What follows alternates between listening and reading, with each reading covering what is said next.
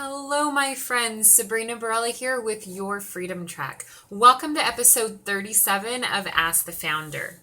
So today's question comes from Paula, and Paula says, when it comes to balancing time working on my business, how much of that time should be spent working on my weaknesses? Okay, Paula, that's a great question. So number one, I'm just going to throw this out there. I'm assuming that at this point, if you're brand new and you might be the only person in your business right now. So you are wearing all of the hats, having to fill in all the roles, and there's some areas that you are much better at than others. So we're looking at maybe the things, whether it's things you don't like to do or things that you don't have the skill set for yet. How much time do you spend learning, and how much time do you spend in the areas of your strength and the things that you love doing? I'm hoping that's what you're asking.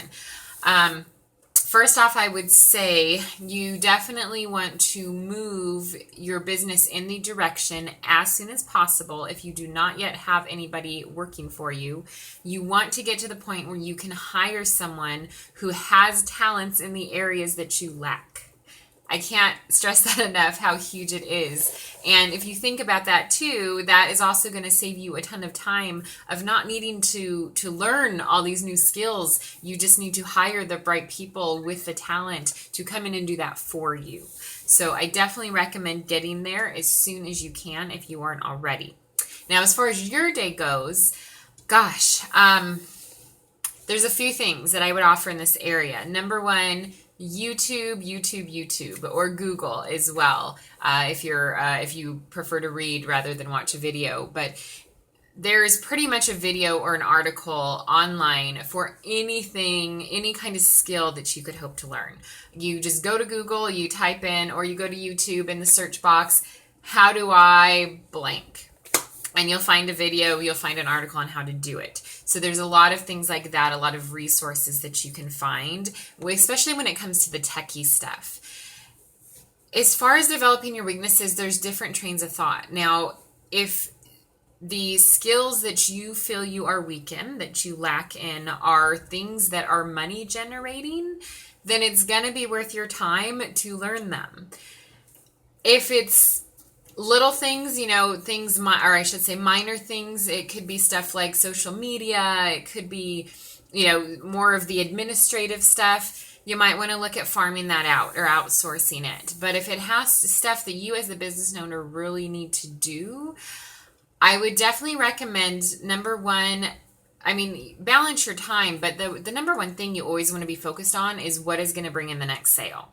So if there are tasks that you are already doing that you know you need to do in order to make sales and you're down, you have them down, do those first in your day. That's the priority.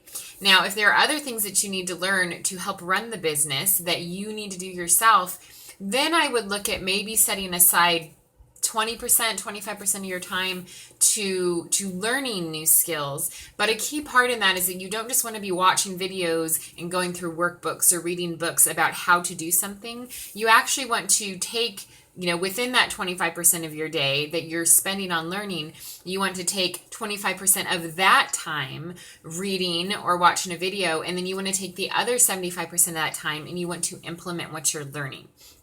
Our brains retain more the more senses we involve. So if you're watching something or you're reading something, and say you do 10 minutes of learning, and then you go online, or you go into the software or whatever it is that you need to do, and you actually do what you just read how to do, implementation is the quickest teacher.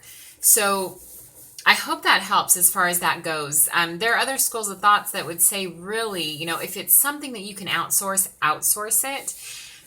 Because when it comes to human, how we're wired, how we work, you can take your areas of strength. So say if you had to rank your strengths from like 1 to 10. And so your strengths are the things that you score like a 7 to 9 in, let's say. It's much easier, and you're going to have better luck, or I should say not better luck, better success moving something that's a 7 up to an 8 or a 9 than you are if you were to take your weaknesses and take the things that are maybe you're like a 2, 3, or 4 in and move that 2 up to a 5. So if you think about it, I mean, what would be the better use of your time to move something that you're a 2 in up to a 5 and still only be mediocre at that thing, or to take something you're 7 at and get up to a 9? How amazing would that be? So it's also energy. What kind of energy do you want to spend? What kind of time do you have to do that? I know I'm going on a lot of different tangents, but there's so many things that we could do with this. So I guess my main thing would be, as far as your question goes, number 1, focus on money-making activities. If you can outsource things that are not your skill set, do it, do it, do it. And other than that, just take a small percentage of your day to learn new skills, and make sure that for every learning piece that you're doing, that you're implementing 2 to 3 times as much as you're learning. I hope that helps, Paula. That was a great question. I wish you all the luck in your business. And if anybody else watching this has more questions for me, please go to my website, www.yourfreedomtrack.com. Send me questions, send me comments. I would love to do a video just like this for you. So I'm Sabrina Barella, you guys. I am here to help. I hope you have a wonderful day, and we'll talk soon.